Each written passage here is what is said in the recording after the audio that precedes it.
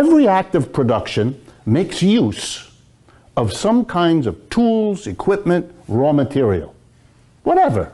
For example, let's use a chair as an example. If you're going to make a chair, you need some wood and some glue and maybe some nails and a hammer, and you get the idea. And all of those things that are used in production were made by human beings, labor, that's now available for us to use to make more things. Somebody did work a while ago to make the hammer, which I'm going to now use to make the chair. Somebody a while ago put together whatever needed to make the glue that I use and to cut the trees into the lumber that I use. And so we're going to use a simple EL, embodied labor. Every production makes use of embodied labor, labor that's embodied in some product that was done earlier that's now an input to what we're doing now. Basically simple idea. Here comes another simple idea. With this embodied labor, labor embodied in all the tools, equipment, and raw material, production involves the addition of living labor, the worker, you, him, her, the people working. So we're going to call that living labor. Embodied labor plus living labor gives you the total labor in whatever we produce in an economy. It's real simple. Okay? You can say it in other words. There's the value of all the stuff we use up when we produce, tools, equipment, and raw materials. And then there's the value added by the worker who uses those pieces of equipment to transform the raw material into the final. So this is nails, glue, lumber. This is the chair maker's effort, and the outcome is the chair. Okay? This is very simple. What is capitalism about?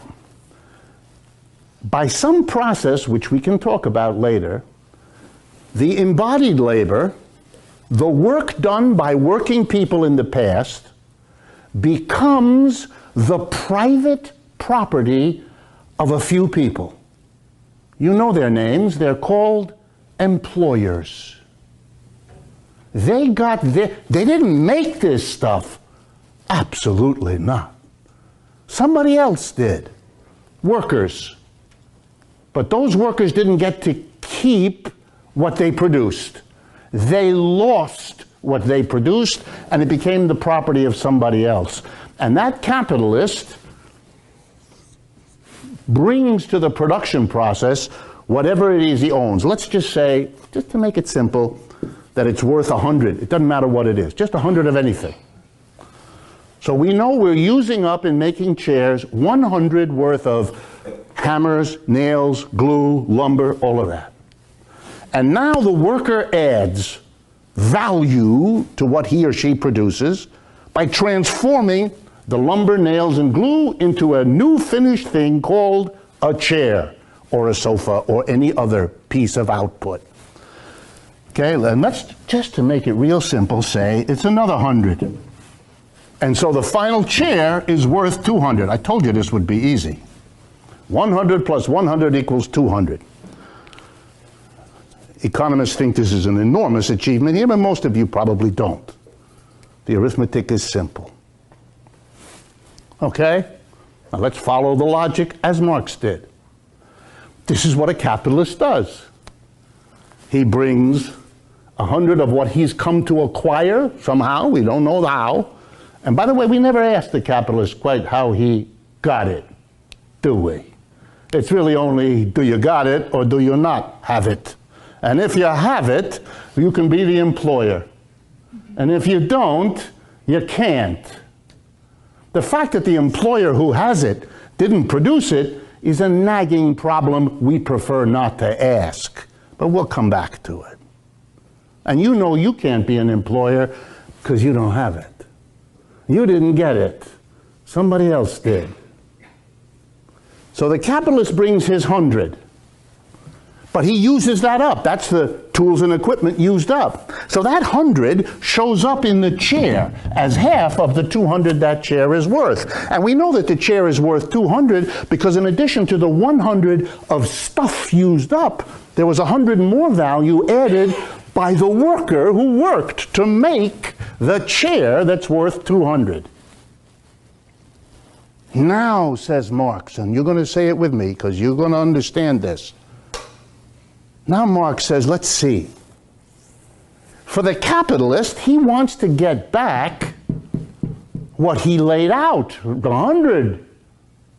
He gave 100 to the production process. So when he sells the chair at 200, he's going to take 100 of it to replace the tools and equipment and raw materials used up in producing the chair. That's how he can keep on being a chair capitalist. That's how he can keep production going. He has to replace the tools, equipment, and raw materials he used up, doesn't he? Yeah, he does. I don't have the time to be Socratic because we don't have enough time. Okay, let's see. So out of the 200 worth of chair, you need to take 100 to replace what you used up. That leaves you with 100 after you sell the chair. What are you going to do with the 100? You could, here we go now, because this is the crucial part. You could take the other 100 and you could give it to the worker. Because after all, it was the worker whose labor added the 100 of value to this stuff to make the 200. You could, couldn't you? And the logic would be, gee, the worker added the value, he or she, here we go folks, should get it. Because he gave it. He created it. He made it happen, he should get it. Do you think that happens in capitalism? No, you don't, do you? We don't give the worker the value added. Ever in capitalism. It's not how it works. You all know that. But I'm putting it kind of right up front and bold for you to deal with. What is it that capitalists do? They divide that 100 into two parts. One part is what we pay the worker. I'll be generous and say 50. Now you get it. If you made a chair of 200 and you used 100 to replace the tools, equipment, and raw materials you used up, and you used another 50 to pay the workers, that leaves what? 50. Good. Higher math of economics. 50. And Marx called this the surplus. It's what the capitalist has left over after he pays out to himself the 100 worth of tools, equipment, and raw materials he contributed that got used up, and he pays the workers. He's got to pay the workers, because if he doesn't, they won't show up anymore, and the game is over. So to keep it going, he has to replace the tools and equipment, and he has to pay the workers. But he has to pay the workers, here we go, folks, less than the value added by the workers when they work. Or to use the technical term economists like, he has to rip the workers off. He has to steal from them part of what their labor added. You know what the lesson here is? For those of you who imagined that when you graduate from here you will get a job, in fact the only job you will accept is one that pays you what you're worth. Never gonna happen.